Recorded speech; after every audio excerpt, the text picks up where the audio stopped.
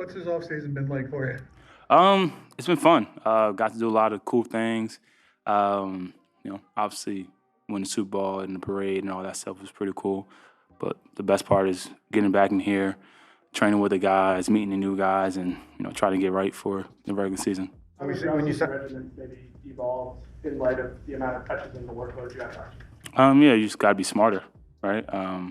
You have your moments where you go in there and you grind and you push it. A lot of people probably saw the squat video that the Eagles put out, but you have those days. But majority of those days is just mobility, conditioning, doing all the things to get your body in shape to perform at a high level. It was a lot of workload, but my body feels great. So that's the most important thing. And I think the way Nick and everyone here has handled it been really helpful for me. The team obviously contract.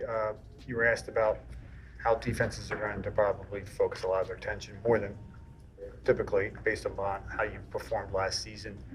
What have you seen from the offense and the installation and what it's going to look like for next season that you think gives you confidence that they're going to find ways to counter that? Yeah, the thing that gives me confidence is KP's a hell of a coach, and you got AJ Brown, Jalen Hurts, Smitty. I can go down the whole offense. Where we're at right now in the playbook, where we're still adjusting, trying to get all those things ironed out. But wherever it looks like, that's what it's going to look like. And the most important thing is winning football games. And if we got to adapt and you got to look a different way, then we're all willing to do that. If you got to look the same way, we're all willing to do that too. So that's the stuff that you build now, and that's stuff you build in camp when you grind with each other. But the most important thing is winning football games. So no one knows how it's going to look, but all we know is that we're going to go out there and do what we can to try to win. The team obviously has a plan for you. The team obviously has a plan for you in terms of workload and managing that. Did you do any research on your own or figure out what might work better for you this time around? Yeah, my research was the coaches in here, Nick, Jamal. I have a lot of great running backs I'm able to reach out to. I have a lot of trainers that I work with and mentors that I trust. And, kind of listen to your body, going out there and not going too fast right away, letting your body heal. But the beauty of it is I don't know how many touches I had or how many yards, but it doesn't feel like it. I feel really good. I feel like I'm entering my prime. So just got to continue, have the mindset of listening to everyone, buying into what they want me to do, and whatever they do, try to do it to the best of my ability. Was that hard for you to kind of let your body rest? Probably, it seems like more so than you have in past years. No. It wasn't hard because everyone that I trust told me basically sit down for a little bit. So in past years when I was younger, you think like, oh, someone's getting better than me, or I'm relaxing and I see Derrick Henry running hills, or I see Christian McCaffrey posting something. Like the old me would be like, oh, I gotta go. I still have that competitive nature, but two completely different seasons. So just listen to everyone, and when it's time to go, I've been going, and when it's time to back off, I've been backing off. But you got Marshall Faulk, you got Edgerrin James. Those are two that come to mind right away. Saquon, nobody's ever had 2,000 back-to-back. Does that become a goal for you? Yeah, I think that would be pretty cool. But I didn't go into last year with the mindset of rushing for 2,000 yards. Kind of just happened. I know I was able to watch a Football Life on Emmitt Smith, and he was big on writing goals.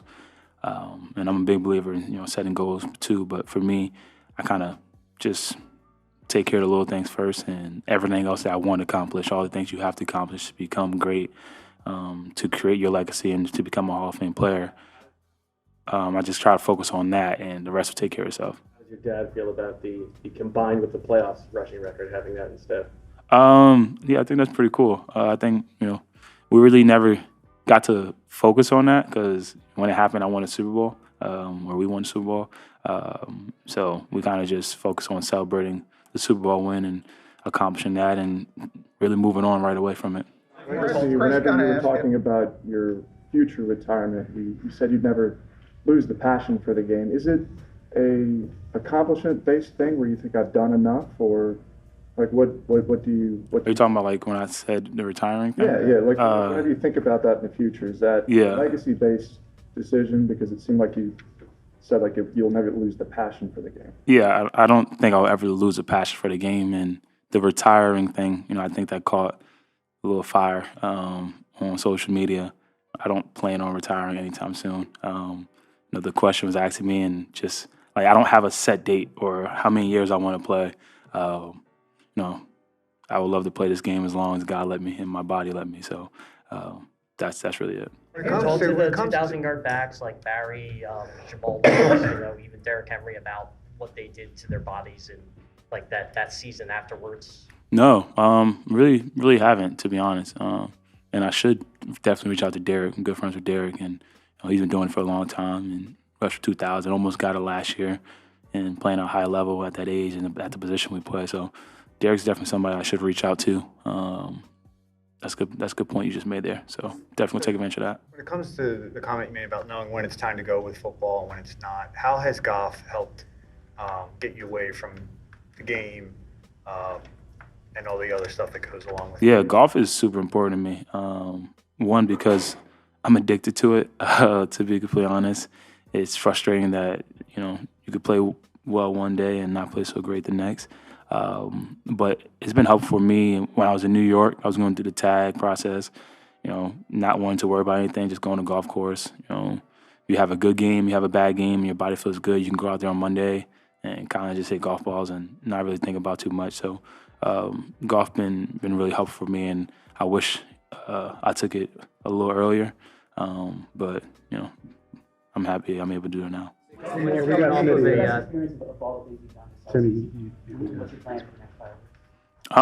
The best experience, I've had a lot, but my favorite thing will always be coming in here and coming to OTAs and training with my teammates and getting to know the new guys. Every time you talk to anybody who's retired and done playing football, who's accomplished everything, they always say the thing that they miss the most is here. So cherishing those moments, and the next 6 weeks, we grind it here. So maybe a day or two, let your body relax and recover. But you got 6 weeks to really get yourself ready for camp. In past years, I would come into camp focused, like trying to be ready for game one, but getting your body ready to do football drills and letting camp get yourself ready for the season. So make sure I come in shape enough for camp, but also not doing too much, overdoing it in this next 6 weeks. When you're coming off of a Super Bowl championship and also rushing record, what are you finding is your motivation, the thing that's driving you now that you've accomplished those two things?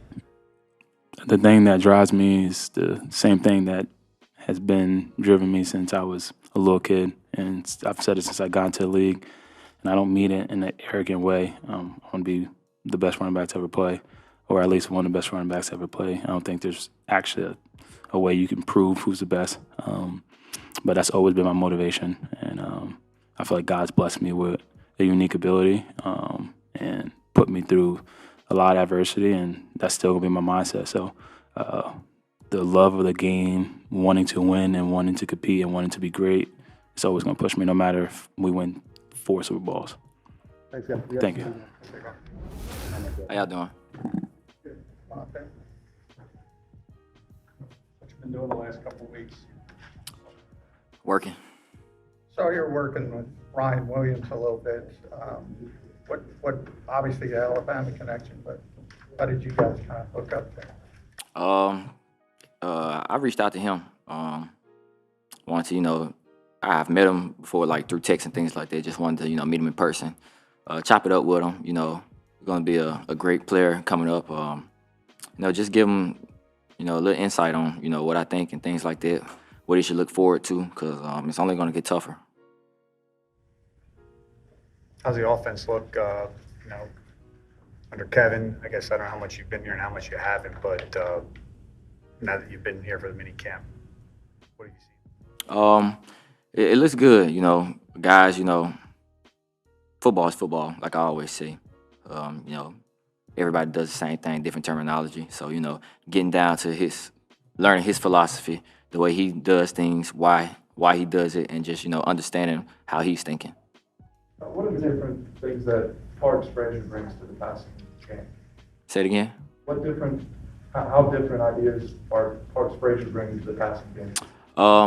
yeah, when everybody has, the way they want to do things, how they see it, and things like that. So to have different perspectives on why we're doing things, and it's just give you an extra person to, see things the way they see it. Because everybody might not see things the same way, but at the end, we're all getting to the same thing. So if his way helps you understand it better, that might be what works for you rather than, the way somebody else explains it.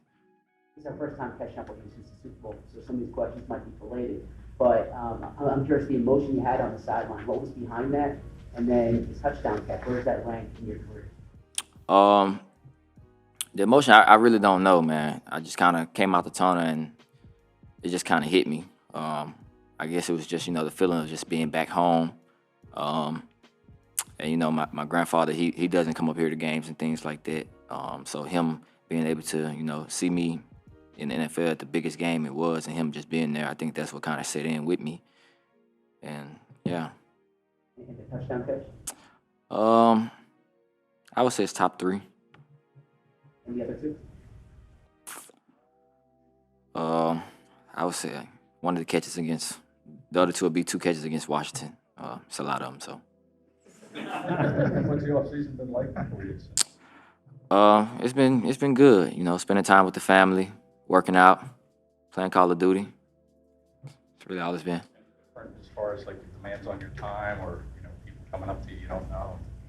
No, I be inside most of the time, so don't nobody get to see me. When you look ahead, to this season, what kind of things, like, do you kind of map out what you want to improve on, and if so, like, what do you see as being things that you'd like to, improve your game on? Yeah, at the end of every season, you kind of go back, watch some things that you did really well, things that you need to work on. And for me, had some injuries this year, so that's probably the biggest thing. Just doing things to prevent, having those injuries and things like that. I would say that was the biggest thing for me. How much did you know Terrace Marshall as another Louisiana guy? What's it been like? I've been knowing Terrence for a while. We played on the same 7-on-7 team in high school. So I've been knowing him since then. And it's great, anytime, you can get a Louisiana guy up here, I'm all for it. Being somebody that I've been knowing since high school, looking forward to, playing with him, and glad that he's here. He has a lot of big frame guy, has strong hands, and gives you the versatility in the room, having smaller guys like me, Jahan, Anais, and then you have your bigger guys, AJ, Terrence, Johnny. So just the versatility in the room. What are some of the things that you can do that you've been doing to try to avoid or eliminate injuries? Just strengthen whatever I need to strengthen. Anything that I had that was bothering me, just strengthen it. Was that 7-on-7 team? I would say we were pretty elite. Devontae, you have a softball game coming up you've been doing year after year. How fun is that for you to put on each year, and how special is it to be able to bring your teammates together to give back? I think it's great, just to give the guys a time to step away from football, to just go out there, just be themselves, and then just, to be able to have the community out, do it for those fans, give them something else to, enjoy, something to laugh at. Some guys are not the best at baseball, so give the fans, a chance to come out there and see us do other things. And then ultimately, it's to a fundraiser for, the hospital, so St. Jude. So just going out there, doing it for the people in the hospital, and just being able to give back to the community that way. Similar type of question. Iowa's not around the corner. How did Cooper convince you to go out there? I don't know how Coop got me out there, but I told him he did a damn good job of getting me out in the middle of nowhere. AJ had catches have nicknames? Like the one from No. Do you like that nickname? If that's what everyone wants to call it, they can. AJ had explained how winning the Super Bowl maybe didn't feel exactly how he thought it would. Maybe it didn't fulfill him like he thought he would quite. I'm curious if you had a similar reaction to it, or. I think for me, the biggest thing was it just being at home. I think it was just winning, at home in front of my family. I think I took that, that kind of hit me harder than just winning it overall, just doing it in front of my family. All right. Thanks, Smitty. Appreciate it. Hello again. Any particular reason you didn't do team or 7-on-7 today? Yeah, just some overall general soreness. They do a good job managing us. What have been your impressions of Jihad now that you've seen him a little bit? It's a big dude. Similar to myself, a versatile guy that can do a lot of different things. Just starting to see him move around a little bit, and the dude can move, and he's impressively very smart on the board as well. So I'm really excited for him. This is the first time you've gone into a season. You've got the contract, you got the honors and the accolades and everything. How do you kind of keep that same mentality that you've always had in your career with everything that's happened? Yeah, I think throughout my career I learned just to never be satisfied with where I'm at. Before a contract or before a breakout year, you could have said I made it because I'm in the NFL. And in my head, I still had stuff to prove, and that's definitely still the case now. You're now in a position where you're a star linebacker, for lack of a better term, and you've got young guys who are now looking up to you in a way that probably hasn't never happened before. How are you going to treat you for that? What's that? Yeah, it's cool. This year, definitely a transition for me in terms of a leadership role, especially being in a room with so many young guys and so many guys that look up to me and trust me and to guide them in their careers, whether that's on special teams or at linebacker. And a couple guys around the league as well have reached out to me, career special teams players that are inspired by my story, and that's really cool and special to me. What's it like getting the first team reps when you were practicing with Trot? What have you seen in him and improvement there? Yeah, what I've always seen, just a smart, dedicated guy that tries to do the right thing every time. He's super smart, very athletic, and very instinctive when he plays the game. What stuff you noticed from Trotter? I think his overall feel for the game.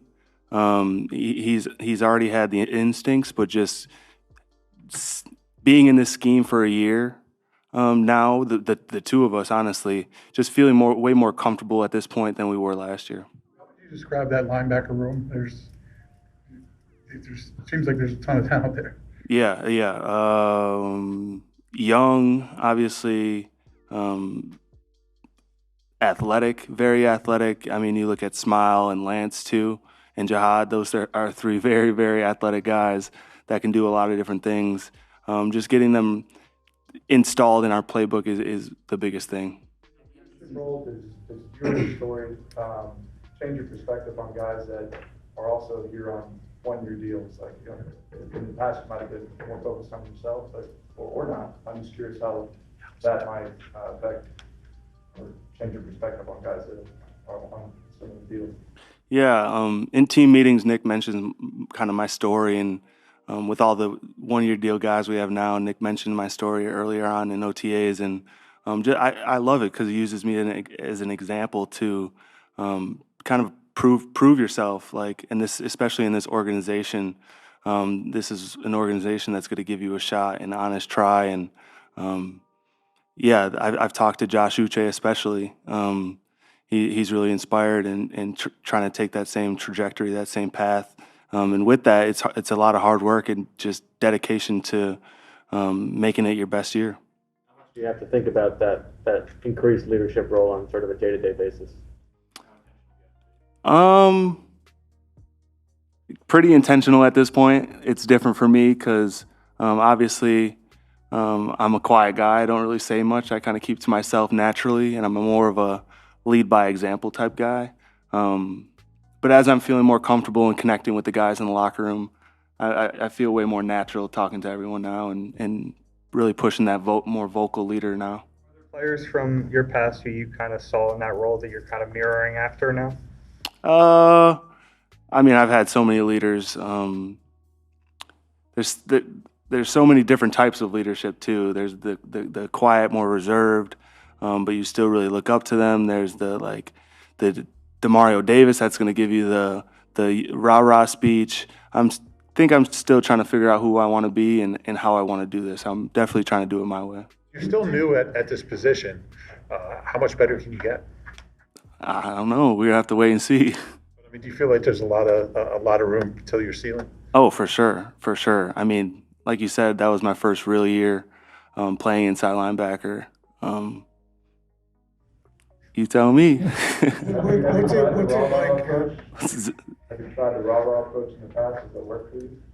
I have not really, just not natural for me, so I've never really been that. What's it like? You mentioned how you told the assistant linebacker coach that your goal was 100 tackles and making an impact on the team. You obviously exceeded that. Have you written down goals or set goals? I have not set goals for this year, no, not yet. Just because I'm back, stepped back and really sticking back to the basics right now. Really working the fundamentals, and I think this is a good time of year for that. And then as we approach the season and what's about to come, I'll set some new goals. What's it like kind of having that versatility and play both, inside linebacker and edge? I mean, it seemed like, you're kind of setting the standard with that. And do you see Jihad as a guy who could possibly do that too? Yeah, it's kind of it sounds like a great thing, like being a utility knife kind of guy. Like a do-it-all kind of guy, but it comes with, it's a blessing and a curse because it comes with responsibility and the knowledge that comes with that. So as much as he can handle and put on his plate, I'm sure Vic's going to push that. Vic was saying that you took Jihad to the side and did one-on-one with him. We haven't talked to Jihad yet since the OTAs and such. What is it one-on-one with Vic like? I don't know. I've never been one-on-one with Vic. I'm not sure what they did. By the way, Vic did tell the story of, like you in training camp last year, when he wanted to start you off at all ball and said there was more to learn there. And at some point you came to him and said, hey, when am I going to get to rush the passer? Mm-hmm. And you stopped at some point. What made you stop asking to rush the passer? One, the guys we had. I'm like, we're probably good in the pass rush department. And two, at that point, I was feeling far more comfortable at the inside linebacker position and learning my role there. And I'm just ride that out. And if Vic wants to give me more responsibility, then I can add more to my play at edge. How badly do you want to see Nakobe come back, and he didn't get to finish what you guys finished? Was that tough to go through not being able to finish with him? Yeah, it was definitely tough him going down. I've talked about this in the past, but I'm excited for him to be back. I mean, we got another year, another shot at this, and just put the work in, and we'll get to the same place. What have you noticed from just his approach as he goes through his recovery during the spring? What have you seen out of Nakobe, the way he's handling everything? Yeah, he's continuing to be a leader in the meetings and on the field, giving pointers and tips to the young guys and myself. He's just such a smart guy that it's always best when his knowledge is expressed and put out there into the world. And he's working hard every day in the training room, in the gym, trying to get back.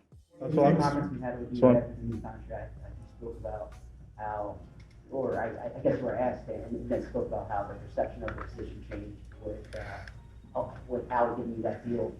And then a month later, Jihad gets drafted in the first round. Is that felt in the room that this is a position that's valued in this organization? Yeah, definitely valued, definitely appreciated, and we appreciate that as well. And it also comes with a lot of responsibility. There's a lot of money in our room now, and there's also a standard that we set last year. So holding that standard, getting the new guys up to that standard is going to be crucial moving forward. Okay. Thanks, Zach. Hey, been around a long time. Is the energy of this team at this point different in any way from previous squads? Or obviously you've been a part of one that won a championship before. Can you equate it to that one?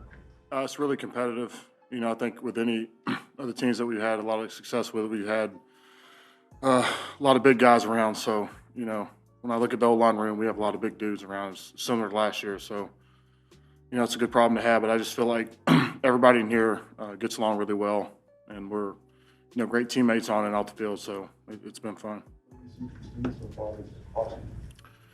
Yeah, Steen is, develops a lot. I think when you look at him, he's just a physically gifted dude, man. He's a lot stronger, than what he was when he first arrived. So, I think his playing strength is starting to show, and, I know he's ready for camp to start.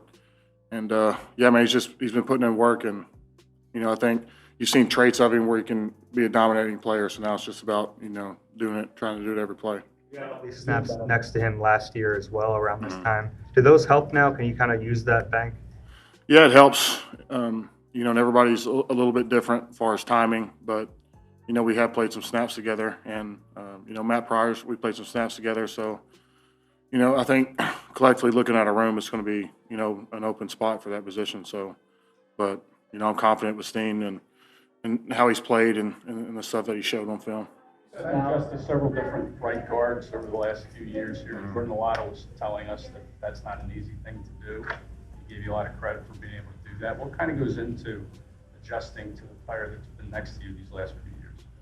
Yeah, you just understand kind of the stuff they like in the game, as far as, but for us, it's a lot about the relationships that we take, making sure that with every pass set, we're not creating a lot of space in between us and becoming susceptible to games and things like that. So I just think with as many reps as we get, y'all see it at practice, but, we go to walkthrough, man, we're running like 80, 100 plays, so, and that's a day-to-day thing. So, for me, it's about getting out the snap, and then, all the set lines we take so many reps with Stout, and, we're allowed to get in a rhythm and kind of get the hang of things. So, I think that, and then communication. So I think we communicate really good, for our group. Some of the big bodies in your room, Myles, Cam, Holland, you got a lot of young guys. Have they stood out to you at all? Yeah, they're big. Yeah, everybody's big, man. But no, I think in the meeting rooms, when coaches asking questions, a lot about the offense, what is this, what is that, they're very smart, they're in tune, and they've been a lot of fun so far. So I know they're excited for camp, but just from when they arrived to where they are now, they picked things up really quickly, and so makes it an easier transition from here to camp. Stout won a career achievement award last week. What perspective do you have on what he's achieved? He wouldn't tell you anything about it. So, yeah, man, he's a remarkable person, and I think he's a great teacher at the end of the day. I know he's a football coach, but he's just a great teacher when it comes to football, things outside of football. And I think he has a brilliant mind and coaching philosophy, and I feel like he knows how to motivate different types of personalities, and he's really good at that. And I just think his intensity and passion for the game is, what makes him who he is. Obviously, come off of two different Super Bowls in the past, a win and a loss. What have you learned from those two off seasons that you kind of took to this off season to prepare you for this year? Yeah, I just try to stay consistent with just my routine, how I prepare. And I know, seasons end differently, but for me, it's always, pretty much the same. As soon as the season ends, might take a week off, but really, kind of back into the routine. So, whatever comes, I feel like, I'm not going to bend to, how we played last year or, things in the past. But, for us, I think we just got to stay hungry. We can't be complacent. We can't be satisfied. And, it's really, about dominating the day each day, and it's a lot easier said than done. I got it as a present at the Super Bowl, so just has my name on it and a little diamond on there. So. Oh yeah, that's it. Yeah, it's got one side my name, the other side the two Super Bowls. So, yeah. You ever wonder what your career would have been like if you weren't with Stout for all of it? Yeah, no. I thought about what would happen if I went to Miami. Kansas City would have been bad, but Jacksonville. But yeah, I actually got to talk to Coach Chung today. He was in the building, so he was actually there when Kansas City was interviewing me. So he got to see me from day one to now. But yeah, very fortunate to land here, and I just think the passion of the city and the intensity and how they focus so much on the sport. I think it allows whatever pressure they put on you. I think it allows you to be the best player you can be.